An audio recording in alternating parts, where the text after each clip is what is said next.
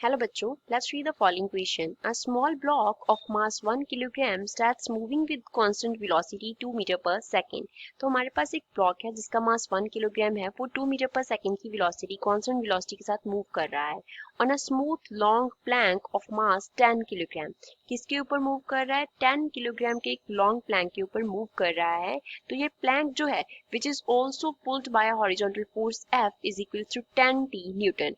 इसके ऊपर भी 10t न्यूटन का फोर्स लग रहा है towards right, where t is in second, where t की वैल्यू सेकंड्स में है एंड f की वैल्यू क्या है? न्यूटन्स में है एंड न्यूटन को रिप्रेजेंट करता है. The initial velocity of the plank is 0. Plank का इनिशियल वेलोसिटी 0 है. Displacement of 1 kilogram block with respect to the plank at the instant when both have the same velocity is. जब दोनों का velocity same होगा तो उस वक्त जो displacement होगा 1 kilogram plank का block का वो हमें find out करना है. Options क्या है? 4 into 4 by 3 meter, B 4 meter, C 8 by 3 meter and D is 2 meter. यहाँ पे 4 by 3 है, यहाँ पे 8 by 3 है. First of all, we will talk about the key concept of the question. इस question में use key concept क्या है? तो question में हम बात करेंगे acceleration and velocity relation की. पहले तो acceleration अगर A की बात करें तो वो equal होता है rate of change of velocity के. Rate of change of velocity. velocity को V से denote किया तो rate of change of velocity हो गया dv by dt. फर्दर अगर हम velocity v का बात करें, velocity v तो वो किसके इक्वल होता है? That is equals to rate of change of displacement. Displacement का जो टाइम रेट है चेंज होने का उसको हम velocity बोलते हैं, that is dx by dt. Question में जो हमें सरफेस दिया गया है, ये सरफेस वो क्या दिया गया है? स्मूथ दिया गया है. तो अगर ये वाली प्लैंक के ऊपर ये ब्लॉक मूव कर रहा है तो उस ब्लॉक का कोई इफेक्ट नहीं होगा प्लैंक की स्पीड के ऊपर.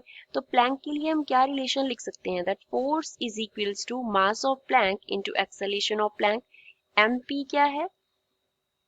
मास ऑफ प्लैंक को रिप्रेजेंट करता है. सिमिलरली ap क्या रिप्रेजेंट करता है? Acceleration of plank. Acceleration of plank को रिप्रेजेंट करता है. अब यहाँ से फोर्स का जो वैल्यू है वो दिया गया है 10t. किसके इक्वल आ गया? mp इंटू ap के. mp का वैल्यू 10 है तो 10t किसके इक्वल आ रहा है? 10 into ap, which means ap का जो वैल्यू है वो क्या आ रहा है? t आ रहा है. एक्सेलरेशन ऑफ प्लैंक t के इक्वल है. अब वेलोसिटी ऑफ प्लैंक देखते हैं. तो जो वेलोसिटी होगा प्लैंक का वो कैसे लिख सकते हैं?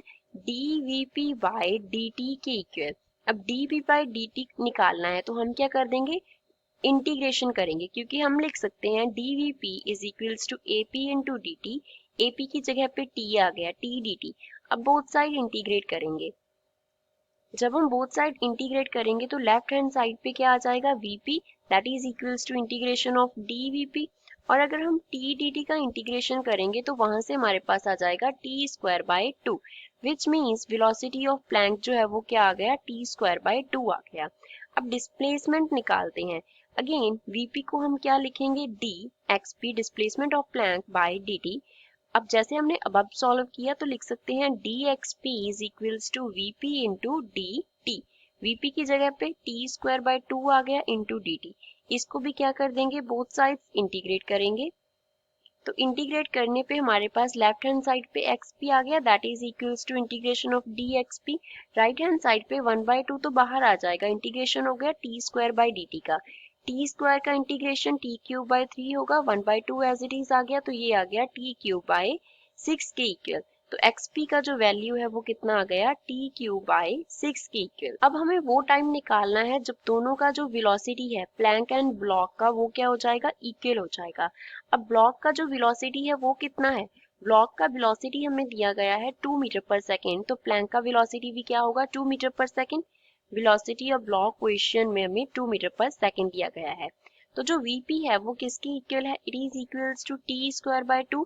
तो t स्क्वायर बाय 2 2 के इक्वल आ गया, which means t square equal है 2 into 2 that is equals to 4. तो यहाँ से हम t का वैल्यू लिख सकते हैं square root of 4 that is equals to 2. तो t का जो वैल्यू है वो कितना है? 2 सेकेंड है. अब 2 सेकेंड पे जो डिस्प्लेसमेंट होगा ब्लॉक का वो कितना होगा? xb is displacement of block, तो ब्लॉक का डिस्प्लेसमेंट कितना होगा, उसकी जितनी वेलोसिटी है इनटू टाइम, वेलोसिटी कितनी है 2 मीटर पर सेकंड है, टाइम 2 सेकंड है, तो ये कितना आ गया 4 मीटर आ गया। अब अगर डिस्प्लेसमेंट निकालें प्लैंक का, तो उसका वैल्यू लिखा हमने a t क्यूब बाय 6, तो t cube means 2 cube by 6, तो ये बन गया 8 बाय 6, 8 बाय 6 मीन्स 4 बाय 3। तो जो नेट डिस्प्लेसमेंट होगा, नेट डिस्प्लेसमेंट होगा किसका, net displacement of block x, वो इक्वल हो जाएगा जो ब्लॉक का डिस्प्लेसमेंट हुआ उससे प्लैंक का डिस्प्लेसमेंट माइनस होगा। तो एक्स का वैल्यू आएगा 4 माइनस 4 बाई 3, 3 एलसीएम लेंगे तो 12 माइनस 4 बाई 3, ये इक्वल आ गया 8 बाई 3 के।